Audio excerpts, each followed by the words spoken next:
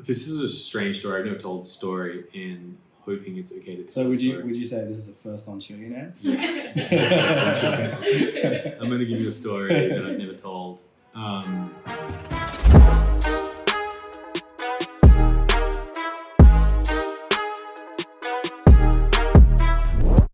right, ladies and gentlemen, welcome back to Chillionaires. My name is Daniel Dutch Vuko. Still haven't really worked out which name I'm going for. And joining me is my co-host, Azzy. Azzy isn't here today, so I'll just be doing the solo app. First solo app. Azzy's over in Thailand doing his sculptures course. It's actually a tournament he's in, so we wish him all the best. And how you guys doing? I'm doing great. We've got a really, really exciting guest on today. Someone who I'm a massive fan of. Look up to him very much. I'm sure a lot of people do. I think we get him on.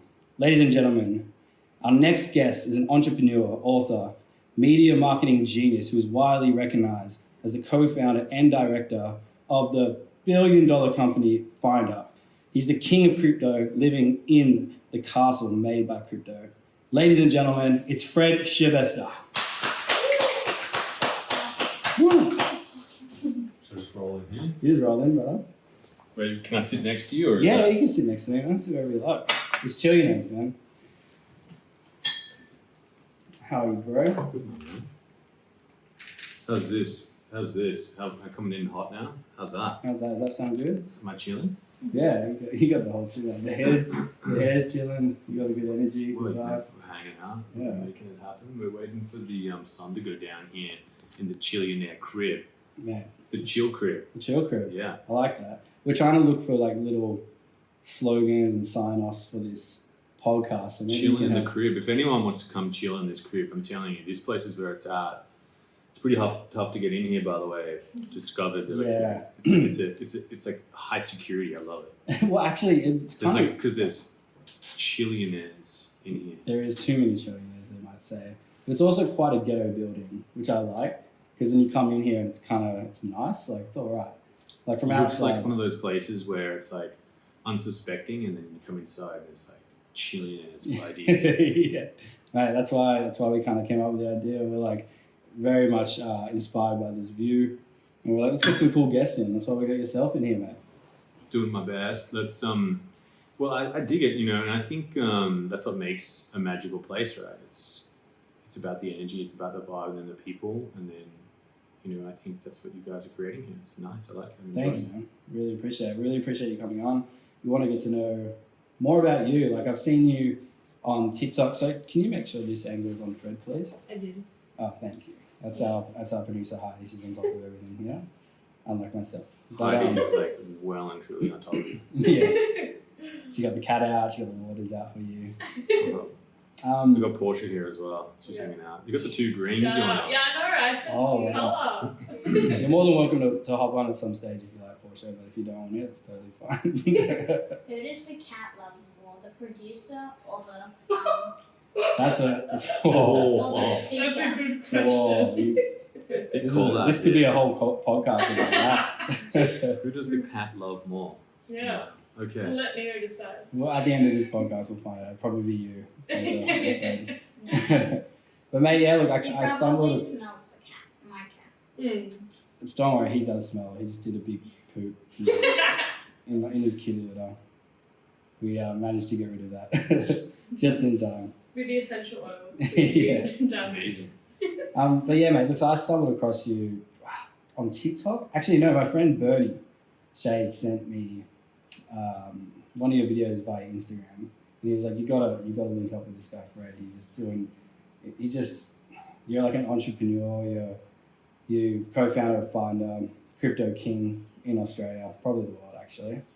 And yeah, I was very interested in you. Saw you on TikTok, killing it on TikTok by the way, man. But yeah, enjoying that. What are you liking about that? Tell us. You and Fonzie. Yeah. Yeah, I love that kid. It looks like you do too. Like you kind of taking him under your wing. Yeah. Yeah. He's a good guy.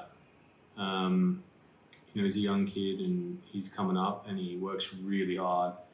And we just had a natural connection, like a bit of an energy together. and I just we just flow with it. I called him the other day and I said, hey man, you want to come to Dubai with me? And he's like, okay. And then we just went to Dubai, because it was something to do, we were going to a conference and I'm teaching him all about crypto, and he did really well actually. He bought this coin and went up and he made some good money, which I'm really happy about. But, awesome. Just it's hard to get into crypto, and there's not an easy, digestible way to do that. And it's complicated and it's hard to begin. And I think you just need exposure. And I think he's getting that, and I think he's enjoying it. That's I definitely want to dive into the whole crypto thing. Like someone like myself who knows absolutely nothing about it and has actually tried to research it and understand it. It'd be really good to pick your brain about that. But how did you and Fonzie, what was the introduction? How did that work? Because as far as I can see, he just knocked on your door and asked you what you did for a living. Pretty much called him up. My team did and said, hey, come around, check out this place. And they were like, sure. And, they did a video and of the crypto castle, and that was the beginning of it. Yeah. And, I don't know, we were just hanging out and I said, what else do you guys do? Yeah. What else are you doing? And we just naturally hung out. It was just, after the video was done, we were just sitting around. When you're just hanging out and you're like, oh, we want to be and learn from each other, and just sort of, there was something, I don't know, it just came naturally, and we were like, let's do some more videos together. Sort of exchanges. What's this going on The here? cats Like this, are like me, yeah. amazing. We had a little organic exchange, and I kept him, saved him actually. That's awesome. Yeah, but no, it's always good when relationships start like that. Yeah, and then I think Fonzie enjoys some of my counsel. So he's doing great on his own, right? But and then he helps me out with videos, and we teach him about that TikTok platform, and I really started to understand it, and I think it's really interesting.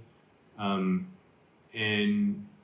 I think it's just maybe in some small way I try and give back, and I just think Fonzie's a guy who's he needed a bit of sort of guidance, and what do I do with all this attention? It's pretty intense, right? For sure.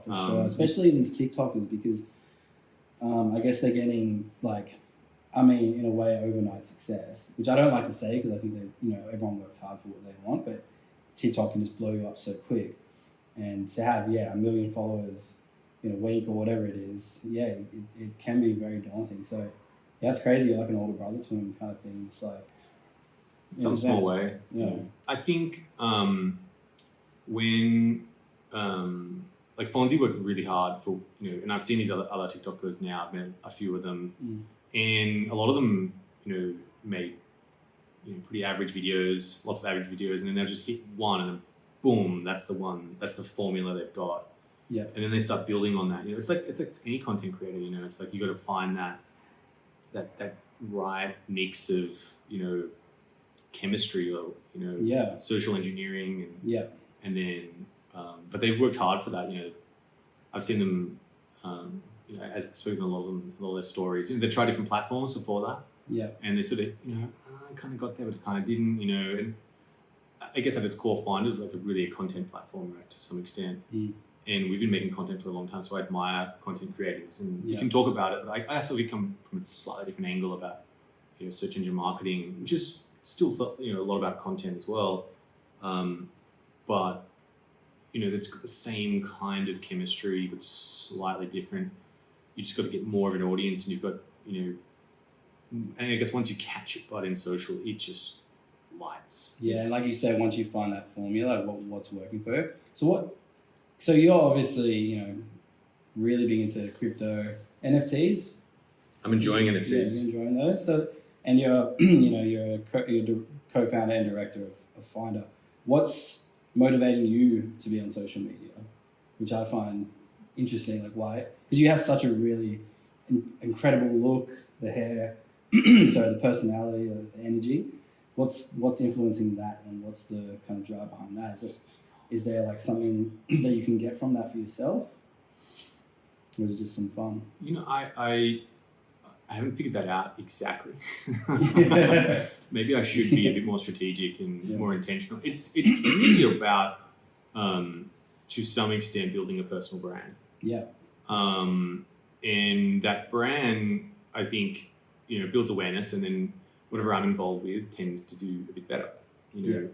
And I think there's nothing wrong with that. And and I enjoy making content. I always have. And there's sort of an outlet for me. It really, I guess I'm a creator, right? And like I don't take videos or paint or design or but I'm a creator, right? I like to create things and be involved with creators and form up teams that create things. And so I just see this as a great outlet to enhance and promote that. Hopefully people get a lot out of it, obviously entertainment to some extent, but I try and be instructive and try and teach in some way, shape or form. Something, there tends to be relatively educational content about crypto. I don't know, it's kind of, sometimes I'm worried it's a bit boring to some extent. Well, I think a lot of people, like myself, I want to learn about it. I think a lot of people want to. And I wouldn't say your content's boring, man, because, the vibe and the energy kind of is you're not just going, okay, now invest this and do that, It's making it a bit fun. So, yeah, I think it's a little... Hopefully it works. I appreciate that. It's hard as at its core, finance is kind of boring.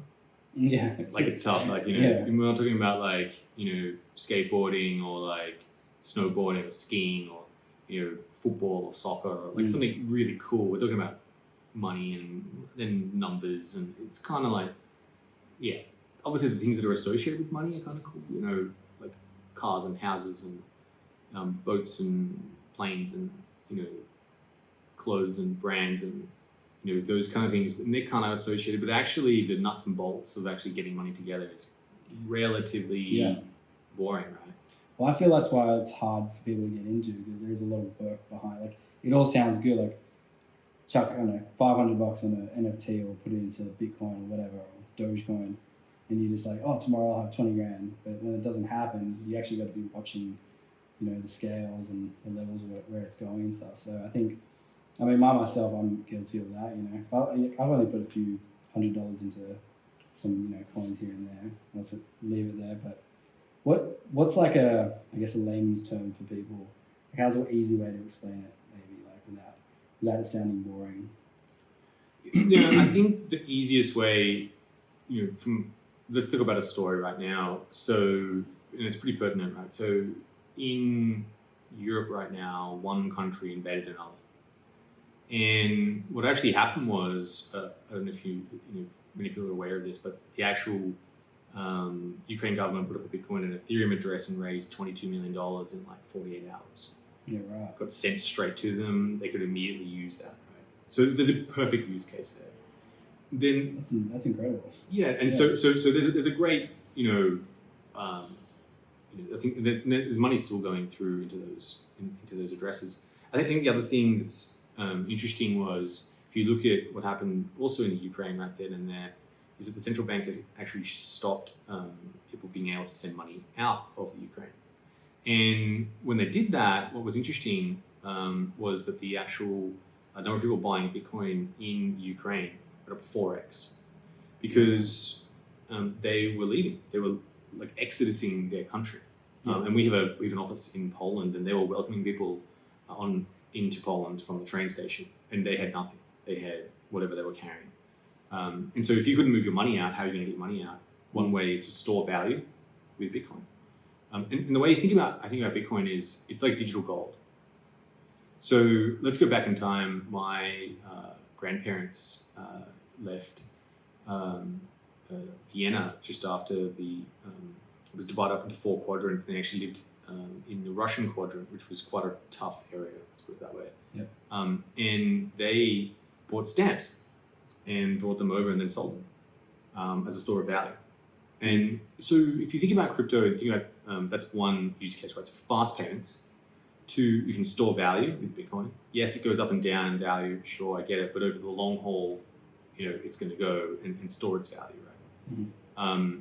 It is only a relatively new asset. If you look at gold, it's like 5,000 years ago. If I handed you a piece of shiny yellow metal and you couldn't eat it, couldn't trade with it, couldn't do much with it. You'd be like, what is this thing? So remember, Bitcoin's started in 2009. So Yeah. we've got a while to go, right? Yeah. But Yeah. like Bitcoin now, it's 35,000. It's dropped a bit over the night, maybe 37,000. I just can't imagine it going to. Can you imagine it going to 10,000? I mean, I think everyone really dreams about it. Dreams about it. Yeah. Can you imagine it going to $1,000? Yeah. I mean, How much Bitcoin would yeah. you buy if it was $10? Yeah, exactly. You probably wouldn't, right? You just buy it all. Oh, you would? Yeah. But that would be too high. See, this is me, man. I don't know. Really? $10 for a Bitcoin? Oh, if it was a $10 Bitcoin. $10 Bitcoin. Sorry, yeah. Absolutely, yeah. Just take my money. Yeah, 100%. I'd be like mortgage everything and buy them all. Yeah, absolutely. It's just, I guess what I'm saying is, it's gone to a place now where it's got value. Yeah, so like you see these things where it's like 10, 20, or 15 years ago, whatever, and everyone had these Bitcoins, and the dude who bought the pizza with it was worth, now it's worth, what was it, 150 million or something stupid, right? So yeah, I guess there's like... So let's talk about another story, right? Yeah. So we go back in time. This was actually in, I think it was around 2006. There was a farmer, and he had his next door neighbor was fixing his fence for him. Mm-hmm. He was working away. He dropped his hammer into the grass. It was tall grass. Couldn't find his hammer, but just by chance, his wife gave him a metal detector for his birthday. Lo and behold, he brings the metal detector out. He's trying to find his hammer, and this thing's going off everywhere. Puts his hand into the sand, pulls up, and he finds these old Roman gold and silver coins. He's like, what are these things? Like, it's kind of weird. Goes again, gets more, right? Can't find his hammer, calls out the London Society of that find things. They dig it up and they find like 1.7 million pounds worth of gold and silver. Wow. Now they discovered this was like, this is Roman times, right? So clearly someone's buried this and bailed, right? Yeah. And the Romans did make it to England. So that's just another side note. But what's instructive here, right? So let's say they worked out this is probably buried 400 years ago. Let's imagine today you got, let's say $1,000 of gold, $1,000 of, call it Australian dollars, US dollars, and $1,000 of Bitcoin. And you put them in the ground and waited 400 years, which one of those do you think will be worth the most? Oh, it's an interesting one. Let's go through the first one. How much do you reckon the cash will be worth? $1,000. Probably, yeah. Yeah. Do you think what it probably cost you? Do you think its value would be maintained 400 years? I'm stumped on this one. I mean, I don't know what's going to happen in 400 years. What if like the Australian plastic currency is worth something more by then? You know? Maybe, but imagine in 400 years. Like, let's go back, 400 years ago. I think people made like $1,000 a year in salary. Like, just to give you context, right? Yeah. So there's inflation. Everything keeps going up in price, and that's happening right now as well as lots of inflation. So I think that $1,000 will maybe buy you a coffee in 400 years. Yeah, right. You know what I mean? Yeah, that's actually true. So the gold, In Bondi, it already does. Definitely. It already does. Probably. Yes. some fancy one, right? Yeah. But like, imagine in 400 years that gold's going to go up in value. There's only a certain amount of gold. There is 1.4% gold dug up every year, but eventually, it's pretty hard to find, right? Yeah. And it costs a lot to dig it up. So it maintains its value and it goes up. If you imagine the Bitcoin now as well, 400 years from now, do you think I reckon there's going to be more or less digital currency? Probably more. Yeah. And so if this is more prevalent and Bitcoin backs the whole thing up as digital gold in 400 years, that $1,000 will probably be worth it. I'd go with the Bitcoin. I would as well. Yeah, 100%.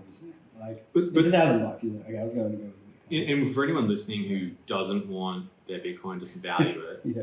happy for you to send it to me. Yeah. Like, this is I've got my this address. Is how you got the crypto card. Yeah, like you can send me your Bitcoin. I totally understand you don't value it. Totally get it. Cool. You can send it to me. Don't worry about us. We're Chillionaires. this guy's the millionaire. We've been Chillionaires. But so can I ask, mate? Have you ever had any? What's the? Oh, that was a bad decision with crypto. Like, were you Heaps. Yeah. I've made a lot of mistakes. I sent money to someone who wasn't, I thought they were selling me some Bitcoin, but they were just basically scamming me. Probably lost, I don't know, 70 grand doing that. I was invested in this project, and it didn't work out, and I lost, I don't know, 150 grand US. That's probably in like a week. Ooh, God damn. I've bought when it was really high, really exuberant, and went down. Probably lost 300, 400 grand doing that. All sorts of things. You got to make mistakes like that in order to be able to know when to sell, when to buy, and where to buy, how to store it, and I think they were probably good lessons to learn. Yeah, I think failure is success. If you keep going at it, the more you fail, you learn from it. I mean, I do music, so the more I failed, I was like, oh, okay, if I keep going, that's successful. And obviously it worked for you. Yeah, keep going. I think, to give context, we started writing about Bitcoin and crypto in 2017, and it was all the rage, right? Yeah. 2018 kind of died off, and then we kept writing about it and kept publishing about it in 2019, right? And no one was talking about it. It was like, everyone was like, oh, it's dead. And it's like, I'm not sure. Only just 2019. 2019 was quiet. It was called the crypto winter. No way. And it was dark time, right? Everyone was like, oh, I don't know. And we just kept going. Yeah. And you made it through the winter, and that really, that was a great business decision for us. It's one of those things where I think that with any really major change in technology and behavior of humanity, it's going to take a lot longer than you first realize, but probably a little less time than you think as well. Like Bill Gates said, like, people tend to overestimate what you can do in 5 years, but underestimate what's actually possible in 10. 10's a long time. Yeah. Bitcoin's almost, what's that, 10, 12 years. That's a while. I'm probably not doing my math very well there, but that's probably gotten a lot further than I think what anyone thought in the beginning. And now imagine another 10 years of Bitcoin. Yeah, do you think it's going that way, where it's going to be very like just an average household is going to be having using Bitcoin, like we're going to be able to pay for most things with it? Like, do you think it's going to head in that sort of larger scale? I don't think that people will use Bitcoin to pay for things. What they'll do is they'll make a currency that's backed up by Bitcoin. So you go back in time, our money, our notes were backed up by gold. Mm-hmm. It was the gold standard. And you used to go to a mint and you would give them your gold, and they would give you pieces of paper. Oh, really? Yeah, that's what currency is. Currency, yeah, 100%. And these pieces of paper we would use, and we would conduct commerce with them. And then the government removed that. So they broke the gold standard. And that was probably one of the smartest things they did, because they could just basically print money and no one would care. Yeah. The thing that holds up the actual value of currency is that the US dollar, so Australian dollar is pegged to the US dollar, and the US dollar holds its currency because that is what oil is priced in. Yeah. And everyone's been trying to, there's obviously countries that are trying to change that, but because oil is priced in US dollars, it means it's always going to be bought. And so there's always a market for US dollars. And that's an extremely smart thing to do, right? Because a government can just print money, and that's what's kind of been happening of recent, right? Yeah. So what I think is going to happen is that Bitcoin will back up these currencies. New digital coins will be created, and they'll be backed up by Bitcoin. Man, that's the future, eh? That's it. Look, the money thing, the whole numbers thing, kind of like, that scene in The Hangover, or Rayman, where the numbers go around, kind of goes, oh, what the hell is going on? But I wanted to segue something completely different. I read this the other day, which I was really inspired by. You've been sober for 3 years. Congrats. That's not really, man. We don't have alcohol in our fridge. That's awesome. That's good. Unless he's having friends over, then he puts it in a different fridge. Oh, okay. That's good. They got their own little fridge for them. I actually did a year sober in 2019. And, thank you. But yeah, man, how's that been for you? How's I remember when I did it, man. My mindset. It was really hard the first maybe 3 to 6 months to get to get away from like to go to a party and not drink and then leave early and be around people and then just be that. I kind of felt like I was that guy, and once I crossed over that line, it was really easy, and my fitness got better. I was waking up earlier. I was being way more productive. Life was great, and since then, like I do like enjoy a drink with my girlfriend at dinner and stuff, and I'm out of that sort of party scene. But what kind of influenced like you to do it, and did you have that same kind of like narrative of like was it bad for you? Like what made you want to get out of it? You know what I mean? So this is really strange. One of my friends, he wanted to do a detox, a bone broth diet detox, and I was like, it's the last thing I want to do. Like, I'm really not into that kind of stuff, but okay. You like your food? Yeah, that's like my last thing I've got, right?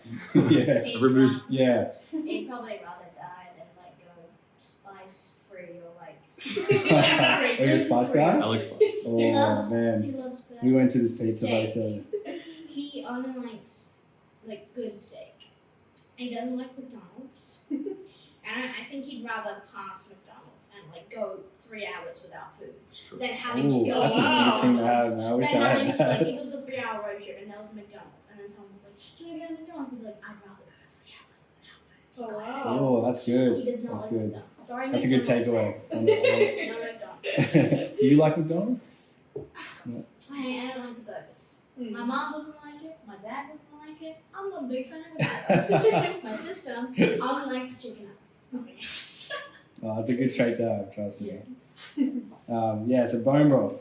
Did you do the bone broth? Yeah, so I started out. It was, yeah. You have to take all these strange things. Anyway, about 3.5 days in, I felt really average. Like I had the flu, and I think I realized that was the time I was like, I think it's because I'm taking this sulfur stuff and all this kind of things. And I was like, wow, this is really intense. It's really affecting my body, right? Mm.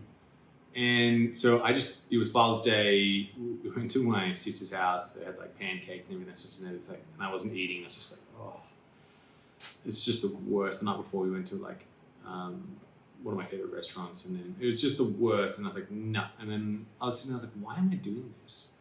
Like, and then I realized, and my parents said something very interesting to me. They said, are your kidneys okay? Yeah, they're fine. Does your liver work? Yeah, it's really good actually.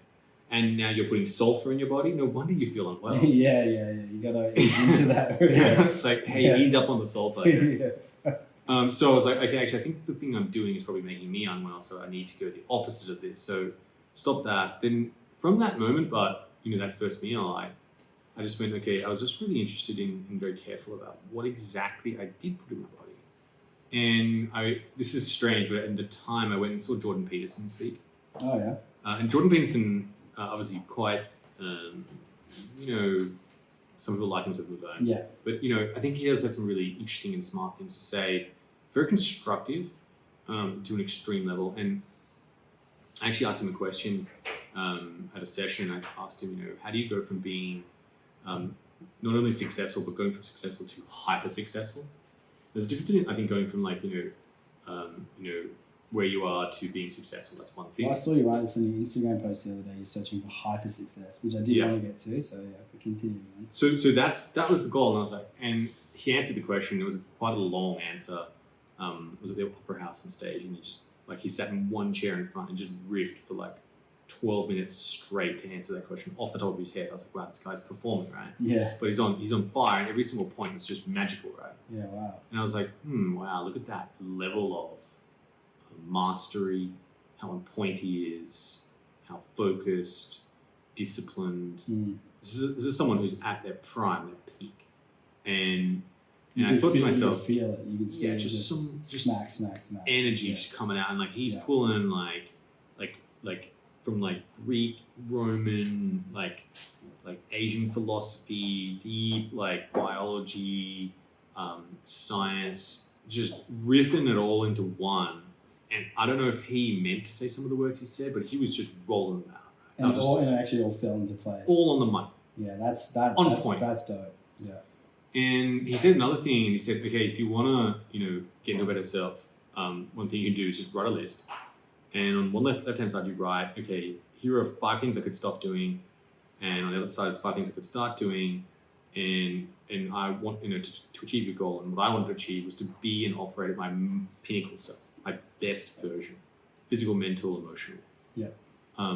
And so I wrote the list, and I was like, well, even like with drinking alcohol, regardless of it, it's just not exactly going to add. So I was like, okay, that's going to be on stop. And it was always actually something, I just, never really understood understood the social thing. But if you zoom out, you look at England, Australia, there's a very, intense culture of drinking, Korea as well. But in Europe, it's actually got much more mild and balanced and integrated. Yeah, I've heard this. In America as well, it's quite expensive to drink, but obviously in the college scene. But after that, people aren't that big of drinkers. It's just not something people would do because.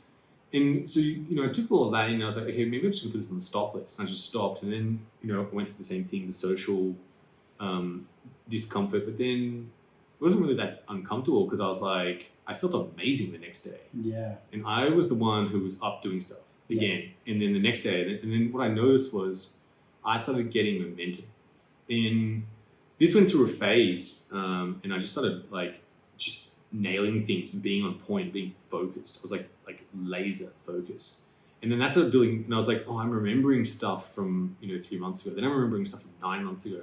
And I'm like stitching all these dots together. And this backlog wave, deep wave of momentum, just adding, and every single day you're like piling it on. Because it's a long run, right? It's a long game. It's not like 1 month isn't enough. I found out. Literally, you have to get to that 6 months, and then you can start sort of seeing the repercussions of it, like exactly what you're going through at that time.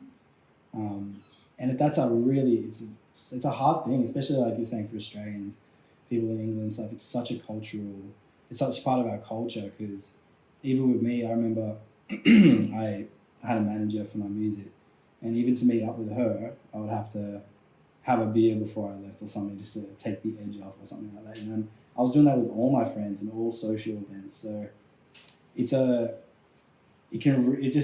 digs its claws in. It really does, I find. So yeah, it's really cool, man, to hear that you like you were saying, placing all the dots, everything's just starting to just be like laser sharp. That's incredible, man. Yeah, I think momentum, focus, and then it's what's really hard is in our society, look at culturally, there is some sort of connotation between drugs and alcohol and creative people, but I decline that. I actually think that's just just a weird sort of lens of society, right? Actually, what's going on is in the times of extreme focus and creativity, I think there's a lot. I don't think there is, I think there's a lot of the opposite going on. Like you need to be focused. Like the Rolling Stones would play their music every day. Yeah. Wake up again and go again and go again. They would go to large periods of time of They focus. don't drink, the Stones, apparently. Grinders, right? Yeah. Apparently, I think the Rolling Stones don't drink. I think actually there's a story where like they had this crazy night one night, and afterwards like one of them got sober, and they're like, yeah, we'll do it too. And like now they're in their 60s, still touring. Still, like that latest song was "Strange Days" by Mick Jagger's sick. Just I haven't heard it. You got to show it to me. sick. Man. It's new. Just out, yeah. Oh, dope. Yeah, I'd love to hear that for sure.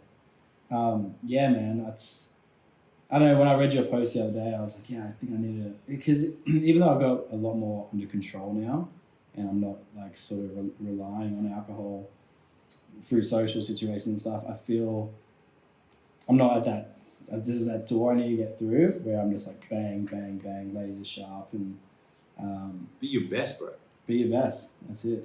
What Be your do- best. Like, And then now think about this. Like then now, what I thought is how good am I? yeah. Like actually, this is nothing to do with anyone else. This is my own internal dialogue. Mm. Like about my scale, about myself, and my dialogue about where I'm at, and like challenging myself. This is not. I don't have to scoreboard against someone else or anything. This is just mine. And I was thinking about it like, how good can I be? That's a crazy thought, isn't it? Because you don't know. Like, you don't know unless you really push yourself. And Like an elite athlete level yeah. of what it is you're doing, that level of commitment and, you know, mastery. What's the goal then, man? What is the hyper success for you? Because you are, like, to a lot of people watching this right now, very, very successful. And I mean, I always measure success. I mean, success is measured off what you're feeling, right? Like, even waking up in the morning and going for a run could be successful for someone. But like, where are you right now, and what's that space here? That's a great question, and it's something I've pondered, you know, and I've changed that over time. Like, I think you do, like, you know, you create a purpose, you create a goal. I think this is a strange story. I've never told the story, and I'm hoping it's okay to tell. So would you say this is a first on Chillionaires? Yeah. I'm going to give you a story that I've never told. So in 2003, I had a friend, and I actually saw this friend recently. This is 19 years later. Wow. And I imagine 19 years. You know, people ask you, hey, what would you tell yourself 20 years ago? Yeah. Well, 19 years ago, I wrote this guy a letter about his life. And I said, do this, don't do this. These are like a whole list of do's and don'ts. And like the memos, are, you know, 2 pages long. And I read it and I was like, this is the heaviest letter I've ever read. Never published this, by the way. And I haven't got his consent to talk. I don't want to talk about the specifics exactly, but I'm going to give the high level without revealing anything personal or breaking confidence, because I believe in extreme confidentiality. Of course. But I did write this thing to him, and the letter is just the most cutting, intense statements from like this 20-year-old guy written to another guy. I'm like, when I read it, I realized not only was I writing to him, but probably I was writing to myself. Yeah. And in it is things like, you know, don't be scared of being more successful than your parents. My parents are extremely intelligent, hyper intelligent, successful in their own right, started with very little and have built themselves up. Super respect to them. And that was, you know, for me, that's quite, you know, that was an intense idea, right? Yeah. You know, it was like, let your intelligence shine through. You know, hang around people who stretch you. Just like, who's this 20-year-old writing this stuff, right? Yeah. Like deep, like anyway. So one of the things I thought was interesting was one of the lines I said, you know, put your name all over the 7 News as opposed to the guy's face at 7-Eleven. That was one of the things, because my mate was fighting a bit, you know, those kind of things. And he recently sent me an article with himself in the 7 News.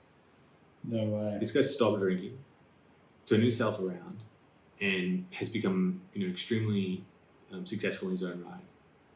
And he has sent me this letter twice now in his life and said, man, this was the trigger moment. This was the moment when someone came to me, man, you know, and told me straight. Man, that's incredible. That hits, man. And, you know, I read that, and then I feel like I've sort of, you know, sorted myself out to a large degree and gotten really organized.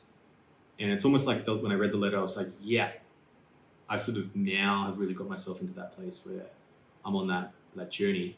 To answer your question, but I know that's pretty deep. No, I like it, man. It also says like so much about like men find it, you know this, men find it really hard to communicate and talk to each other. And for you at the age of 20 to like really put your heart, and like you said, you're writing to yourself. So it's almost like very personal, but it's also to someone else that you know it's very much going to relate to it and digest it. That's a huge step, man. Like, I don't know, like when I was 20, I was writing raps about, you know, partying and getting girls and stuff. So I wasn't writing that to my friends. So it's a good takeaway, man. Like, I read it and I didn't really believe that I wrote it. That was the level. It was, you still have the letter? I do, yeah, because he sent it to me again. It's a digital thing. It just rocked me. But when I'll think about, let me speak to him and we'll see if we can publish it, because it's a Get him, Yeah. get him in. You and First me on Chillionaires. Chillionaires, published. Here it is, and you could read it and go through it, and we could analyze it because there's some it's pretty interesting. To answer your question, what am I trying to do? I'm trying to create my greatest creation, the highest order version of what I have, and what the universe feels it can give to me, and what I'm ready to channel and create. I don't know what that is. I actually don't know. I just let the universe, I'm ready to receive it. I'm getting myself ready to be in the moment, to be in the position, to have the resources, the focus, the eye, the attention to create my greatest creation. I love that, man. Are you big on the universe, putting it out there? Right? Do you 100%. write everything down? Do you like? Yeah, As best I can. Yeah. I think of it like this.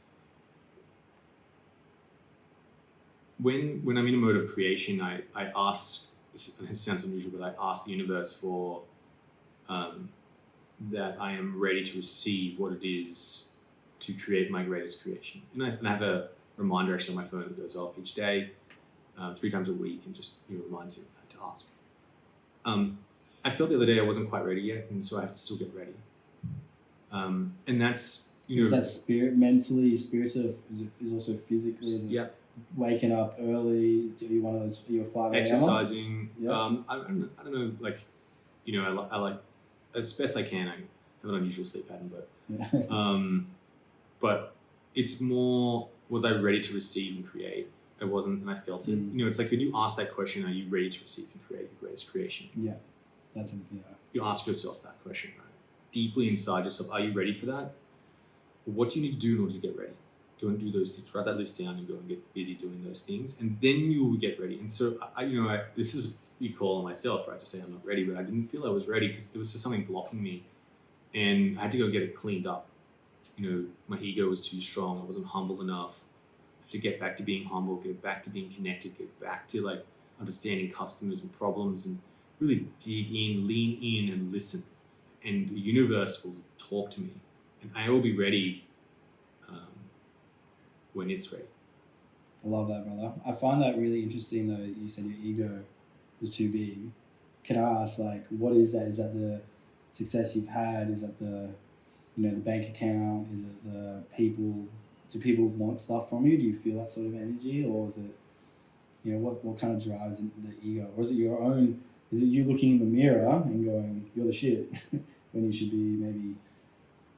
Look, I don't think there's anything wrong with actually. Ego is great, right? So telling yourself that you're great in the mirror is actually really positive. So Yeah, that's true. That's true. I don't think there's anything wrong with that. It's just if you start to. That too much. Like, you're the best. Yeah, I think if you start to drink it, but like heavily, then that can be a problem. I think for me it was one, being a victim, and two, I had a bit of superiority or sort of martyr going on as well, and I had to quieten those and deal with them and know when I'm being a victim. I'm no victim of my success. I'm no victim of the challenge that's involved with creation. I'm no victim of disrupting and changing something and bringing a lot of people on the ride when people don't think it's the way to go, but I believe it and I've done the research and I'm going to back it. I'm no victim of that. And then my ideas aren't better than anyone else's. I don't have the best ideas. I have a great group around me that I bring all the time together, and I want to work with other creators who have better ideas. I actually don't think I come up with that good ideas. I'm just pretty good at picking out good ideas when I see them. Yeah, nice. Well, I mean, and backing them hard with that's conviction. That's a big part of it, isn't it? The reason why we started this podcast is because we were talking about it for so long, and it's like, I'm just riffing off what you just said, backing your idea. It's like, I didn't want this to be something that where we just do a couple episodes and chuck them out and then, it's only got 100 views each or something. I was like, no, let's like really put our heads down and do it and go make this just a thought and like, let's back it. And then I asked myself, we both did, we're like, why are we doing this podcast? Is it to get clout? Is it to, what is it for? And for me, I was like, I actually have had a really tough time in the last 10 years, like actually having a conversation with someone. I think too much and I'm like, what should I say next? What should I say next? And I actually wanted this podcast to get me through that and help. And I also wanted this podcast because I was like, oh, let's just hit up some dope people and have a chat and, create something cool and a vibe and an energy. And I think when you can back something, this is of what's happening now with this podcast. If you can back something that just feels more organic and fun for yourself instead of looking towards like money and these sort of like kind of materialized things, the backing of it and pushing forward kind of makes it easier, I think. Mm-hmm. So with things that you've backed, were you passionate about them like at first? Were you like, this is something I really feel is dope and it's not going to be work for me? So it's a great question, and it hits really hard for me because that's probably the next piece that I'm working on, is just being grateful for what it is I do have and what I have created so far. Like the obvious ones, hey, do you wake up in the morning and stop and think, hey, what an amazing creation you created? And I don't. Yeah, wow. At all. And now I'm just trying to reconnect. I'm trying to get grounded and go, okay, this is where I'm at, and be okay with where I'm at. Be okay with my station in life. My it's not where ultimately I don't feel I've created my my magnus opus, my chef d'oeuvre. Yeah. It's not done yet, right? So I feel mildly dissatisfied, but I'm trying to get satisfied with just that, and then, like you said, create from a place of, hey, I feel good about this. Yeah. And hey, I just want to create this because this is what I want to do. And then maybe in the past, I don't know, a lot of things I've done maybe from a place not so much as that, and that's probably something I can work on. Yeah, that's a really good segue. Thank you so much, Fred. Mate, because we love you so much on Chillionaires, we're actually going to give you the very first Stop with this. Chillionaires t-shirt. Wow. It's so Check this Hey, out. so we have this professionally made. Let's hold him up. Here we go. There it is. I'll take a The first photo Chillionaires for t-shirt Michelle. for For Fred. Michelle. Yeah, photo. It's on video. There it is. So we have this professionally made. It's so Really sick. sick. Wow. And then the photo was taken. It looks like a That's writing. so kind It looks of like you. That's writing too a much. No, no from worries, the man. Italian That's too restaurant. much. I No. feel like it's just overwhelming amounts of just generosity. Thank you. No, man, it's a t-shirt. It's all good, bro. Really To add cool. to the Yeah. void. This is the one of 100. This is one of actually one of three. One of First three. I have It's NFT this bad boy. Quick sticks. one.